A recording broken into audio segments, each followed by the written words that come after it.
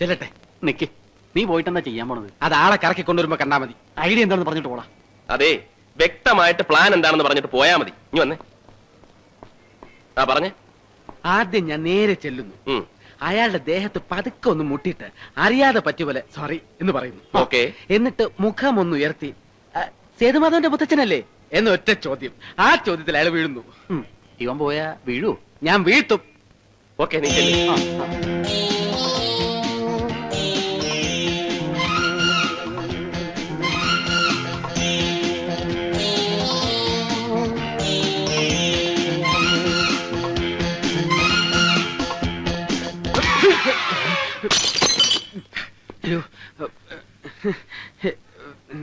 എന്റെ അമ്മയെ നാട്ടിച്ച്. ഇന്നെന്താണത്?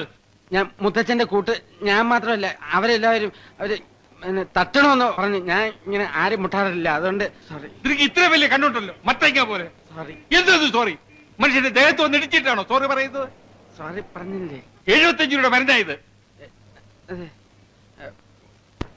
കണ്ടാ പറയാ.